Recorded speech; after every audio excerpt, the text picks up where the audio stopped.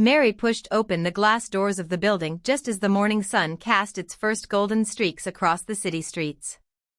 It was early, far earlier than most of the people who worked there would even be awake, but for her, the quiet stillness of dawn had always been a part of her life.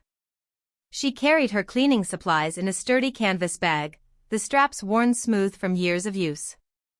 The faint sound of her footsteps echoed in the spacious lobby, mingling with the distant hum of the city waking up outside. She moved with a practiced ease, knowing exactly where to step, which spots to avoid because of loose tiles, and which corners caught the first light and needed an extra polish to keep the building looking pristine.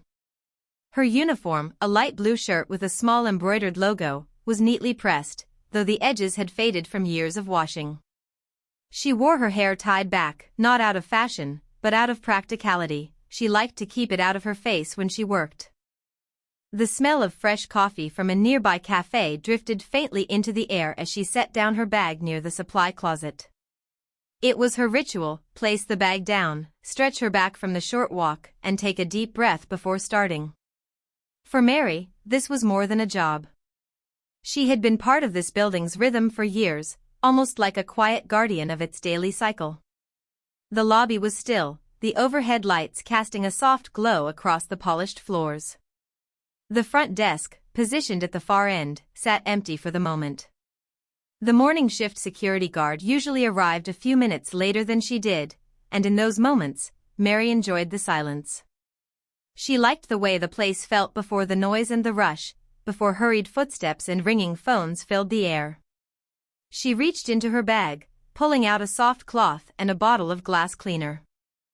The front doors always showed fingerprints from the night before, faint smudges that stood out against the clean glass when the sunlight hit just right.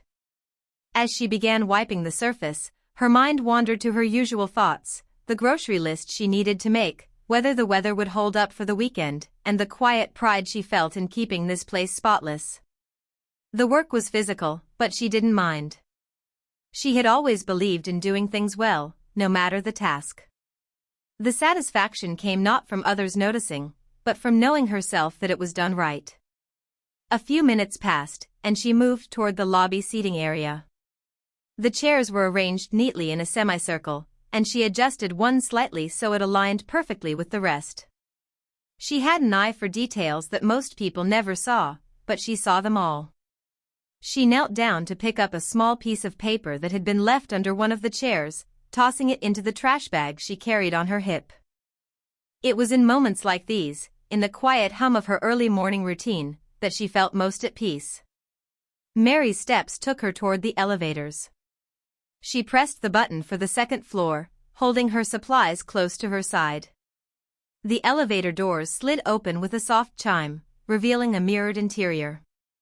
She stepped in, glanced briefly at her reflection, and adjusted the collar of her shirt. The ride was short, and when the doors opened, she stepped out into another quiet hallway, the kind where even the faintest sound seemed to linger. She unlocked the janitorial closet on that floor, setting out the items she'd need for the next few hours.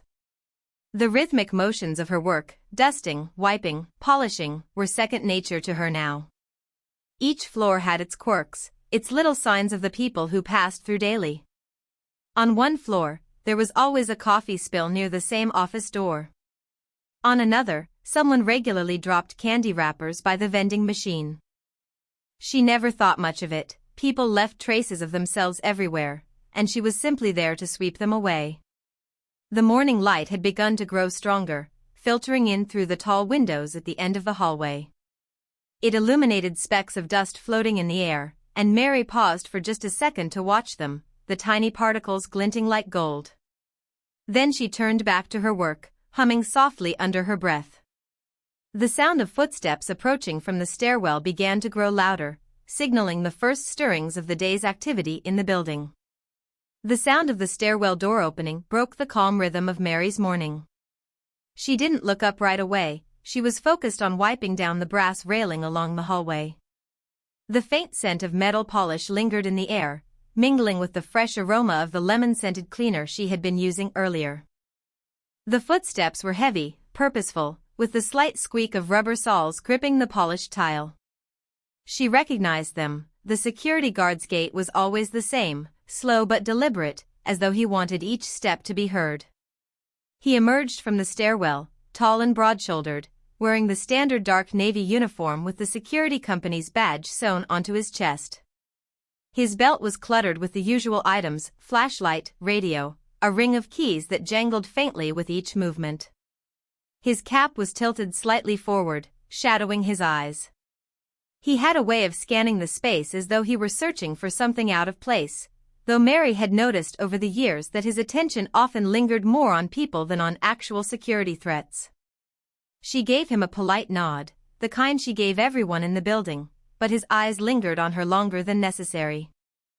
There was a slight curve at the corner of his mouth, not the warm kind of smile exchanged between colleagues, but a smirk that carried something sharper behind it. His gaze traveled deliberately from her face to her uniform, then down to the mop bucket she had rolled out of the closet. He didn't greet her with a good morning or any other courtesy. Instead, his voice came low and casual, but with an unmistakable edge. "Well, if it isn't the Queen of Clean," he said, his tone dripping with mockery. "Out here early, making sure we all know our place." Mary kept her eyes on the brass railing, her hand moving in slow, even strokes. She had learned over the years that not every comment deserved an answer. But the guard didn't stop there. He stepped closer, the scent of his cologne mixing with the faint smell of the hallway cleaner. "You must love it, huh?" he continued. "Scrubbing floors, wiping windows, all day, every day. I mean, it's what you people do best, right?" The words were casual in delivery but heavy in meaning. You people, two words Mary had heard in countless variations over the years, each time carrying the same unspoken weight. He leaned back slightly after saying it, as though satisfied with himself, waiting for a reaction. His smirk deepened, his eyes glinting with the smug amusement of someone who thought he was untouchable. She didn't flinch, but she felt the sting of the words settle somewhere deep inside. The faint hum of the fluorescent lights above seemed louder now, filling the silence she chose to leave between them. He tapped the railing she had just polished with his fingers, leaving smudges on the gleaming surface, his eyes locked on hers as if to emphasize the gesture. "Guess it's job security for you," he added, his tone almost playful, though there was nothing playful in the way he looked at her. His laugh followed, short, sharp, and designed to cut. Mary straightened slowly, setting the polishing cloth down on the cart beside her. She met his gaze without speaking, her expression unreadable. The hallway felt colder now, the brightness from the windows at the far end doing little to soften the sharpness of the moment. His radio crackled faintly at his hip, but he didn't move to answer it, too intent on watching her reaction. She could see it in his posture, the subtle puffing of his chest, the way he tilted his head just slightly upward, that he believed himself to be in control of the situation. This wasn't the first time she had endured comments like this, and she knew from experience that responding in anger would only feed his satisfaction. Still, the quiet between them carried its own weight, one that seemed to grow heavier with each passing second as his smirk refused to fade. Mary let the silence settle between them, her expression calm, her posture steady. Years of experience had taught her the value of composure, that not every word thrown her way deserved the dignity of a response. She reached for the brass polish again, her fingers moving without hurry, as though the guard's comments had barely registered. In truth, she had heard such remarks before, in different forms, from different mouths, and she had long since learned how to let them roll off without showing the sting they carried. Her breathing remained even, though she could feel the faint tightening in her chest that always came when someone tried to diminish her with a smile.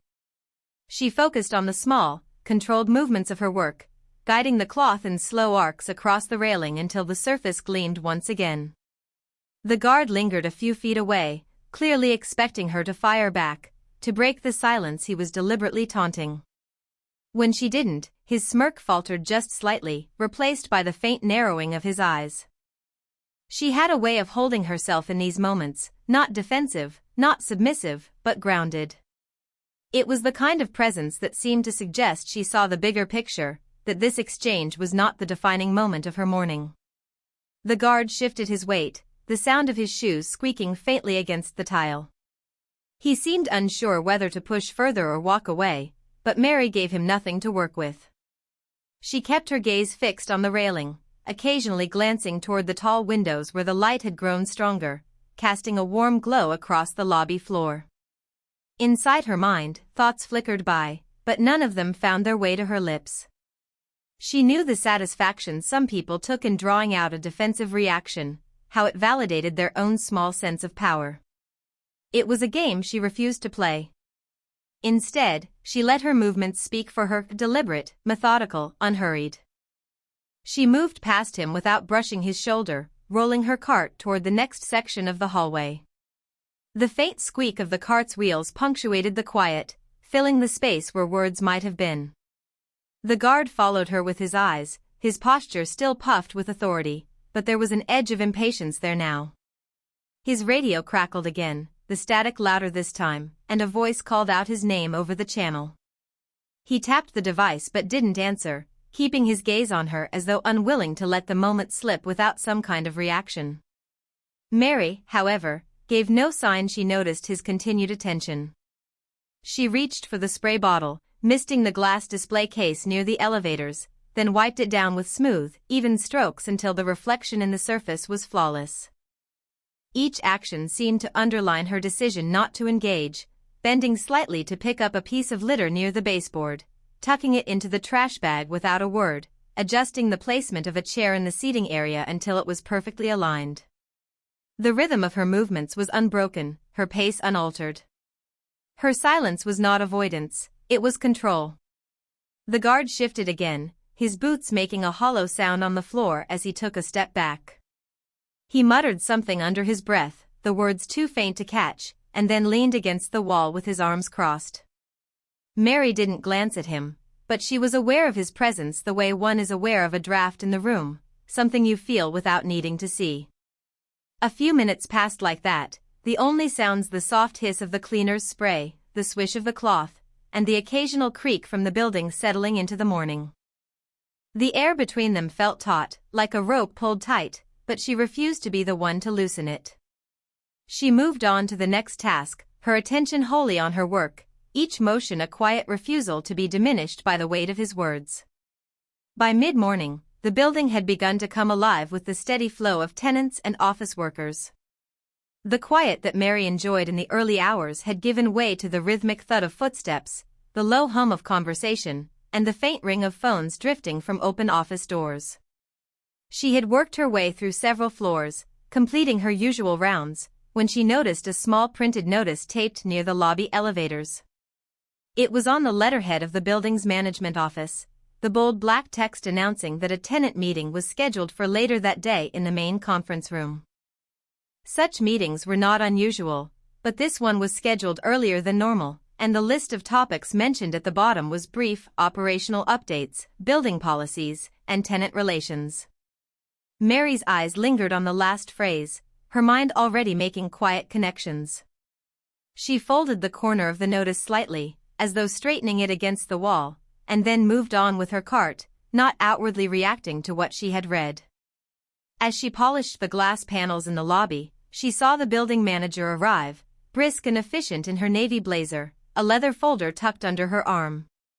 She exchanged greetings with a few tenants in passing before heading straight to the reception desk, where the security guard was stationed.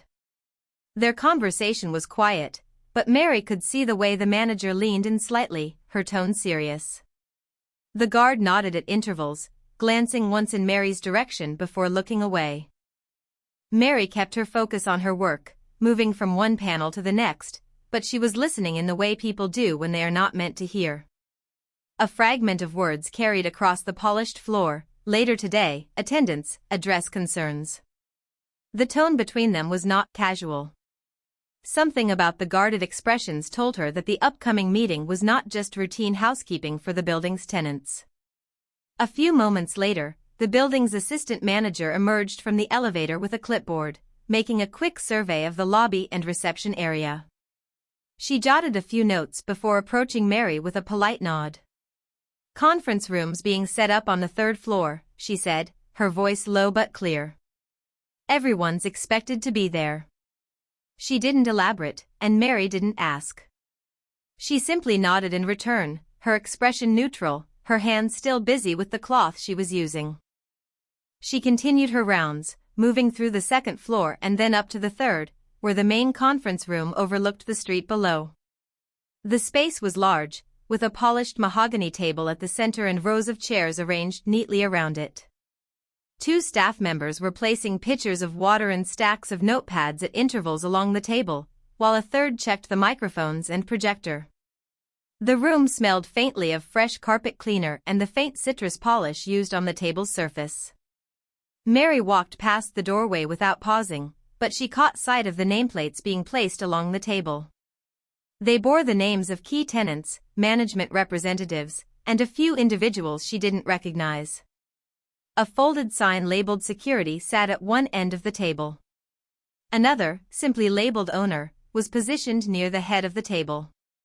Throughout the morning, the movement in the building shifted toward preparation for that meeting. Tenants passed through the lobby with curious expressions, some speaking in low tones to one another, others scanning the notice near the elevator. The guard, for his part, seemed more restless than usual, pacing the reception area and checking his watch. He exchanged short remarks with passing tenants, his tone lighter than it had been earlier in the day, as though trying to maintain an air of casual professionalism. Mary noticed it all in quiet detail, her own demeanor unchanged. She continued her tasks methodically, emptying bins, replacing liners, and making sure every surface gleamed. Still, each trip past the lobby brought her within sight of the notice on the wall, the bold print a quiet reminder of the hour that was steadily approaching. The hum of the building had shifted. There was a sense of anticipation threaded through the usual workday rhythm, a subtle undercurrent that everyone seemed to feel, whether they acknowledged it or not. The conference room was already half full when Mary stepped inside. The low murmur of conversation filled the space, punctuated by the occasional scrape of a chair against the polished floor. Sunlight streamed in through the tall windows, casting long rectangles of light across the mahogany table. Nameplates sat neatly in front of each seat, and the owner card remained untouched at the head of the table, its presence drawing glances from several of the tenants. Mary moved quietly along the perimeter of the room, her cart left outside in the hallway. She didn't need it here. She wasn't here as the cleaning lady this time. The building manager stood near the projector, speaking in low tones with her assistant while shuffling through a stack of documents.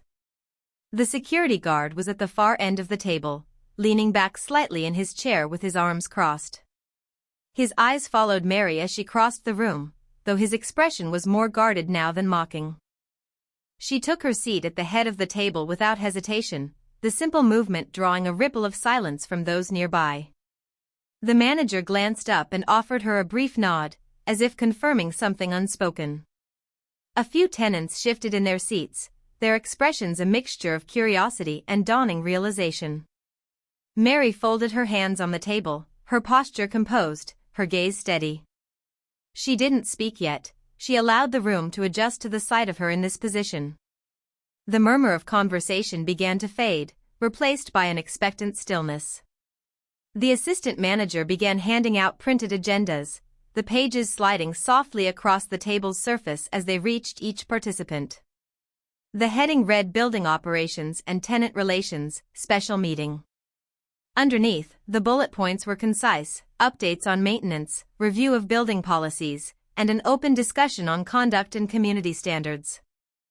It was that last point that seemed to hold the weight in the room, the one that made certain people's posture shift ever so slightly. Mary could feel the guard's eyes on her still, his gaze flickering between her and the paper in front of him. He sat straighter now, as though sensing that his usual casualness wouldn't serve him here. The building manager cleared her throat and began addressing the room, her voice firm but even, thanking everyone for attending and outlining the purpose of the meeting. She spoke about operational efficiency, recent renovations, and tenant feedback. The words flowed smoothly, but Mary knew the real focus of the meeting had yet to be addressed. As the discussion moved forward, Mary remained silent, listening as tenants raised small concerns about elevator delays, temperature control in certain offices, and minor maintenance issues. Each matter was acknowledged and noted, the tone of the room still cordial, though a quiet anticipation lingered underneath. The manager finally reached the last agenda item, her voice slowing just slightly as she read the title aloud, Community Standards and Conduct. There was a shift in the room then, a subtle tightening in the air, a quieting of movements. The manager glanced briefly toward Mary before continuing, her words carefully chosen. She spoke of mutual respect, of the importance of maintaining professionalism in all interactions within the building. She mentioned that every person, regardless of role or position, contributed to the success and harmony of the workplace. The sentences were general in tone, but the undercurrent was clear to anyone paying attention. Mary's hands remained folded on the table, her gaze steady and attentive. The sunlight shifted slightly, catching the edges of her face and casting a warm glow over the polished wood in front of her. The guard leaned forward now, his expression less certain, his jaw tightening in small, almost imperceptible movements. The manager's words continued to flow, but all eyes seemed to drift, if only for a moment, toward Mary at the head of the table. The quiet recognition of her position hung in the air, unspoken but undeniable, as the meeting edged toward the moment when the final point of clarity would be made. The building manager's final words hung in the air for a moment, and then she turned slightly toward Mary, a small but deliberate gesture that drew the attention of the entire room. The soft shuffle of papers and the faint hum of the overhead lights seemed louder in the pause that followed. Mary rose from her seat with an unhurried grace, the sound of her chair sliding back breaking the stillness. She rested her hands lightly on the polished surface of the table and allowed her gaze to sweep across the faces in front of her, the tenants, the staff, the security guards sitting rigidly at the far end. Her voice, when she began speaking, was calm and steady, carrying easily through the room without the need to raise it. She spoke of the building itself first, of its history, of how it had been acquired, and the long process of restoring it into the thriving space it was now. She described her role in that process with a matter-of-fact tone, neither boastful nor overly modest, but grounded in the simple truth of her involvement. As she spoke, the weight of her words began to shift the energy in the room, subtle but undeniable. There were small reactions scattered around the table, a slight widening of eyes, a quiet exchange of glances, a pen stilled in mid-note. The security guard's posture changed, his earlier confidence replaced by an unmistakable stiffness. His gaze dropped to the agenda in front of him, but it was clear he was listening to every word. Mary continued, explaining how she had made decisions about the building's operations, how every department's work contributed to the whole, and how she valued each role within the space, from the highest executive office to the most basic maintenance task. Her words were precise, deliberate, and free from any overt challenge, yet they carried an authority that did not require force to be felt. She spoke of standards, not only for how the building was run but for how people treated one another within its walls. Respect, she said, was not conditional on position or title, it was the baseline expectation for everyone who set foot inside. The room was silent except for her voice, the quiet hanging heavy between her sentences. As she continued, a shift of recognition passed over several faces in the room. The owner nameplate in front of her was no longer just a piece of paper, it was anchored by the reality of the woman standing behind it. The knowledge settled into the air with a quiet finality, and those who had underestimated her, whether openly or silently, were confronted with the reality of their mistake. The guard's eyes flicked up once, meeting hers for a brief moment before dropping again. His earlier smirk was gone, replaced by a tautness in his jaw and a stillness in his hands. He did not speak, and no one else seemed eager to break the flow of her address. The building manager stood off to one side, her gaze moving from Mary to the rest of the table, as though quietly measuring the impact of the moment.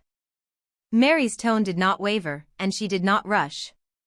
Each word was given space to land, each sentence measured enough to ensure there was no mistaking its meaning. She made it clear that while the building was a place of business, it was also a community, and that the responsibility for maintaining its integrity rested with everyone present. Her eyes passed over each face, not lingering too long on any one person but giving the sense that no one was exempt from the expectations she described.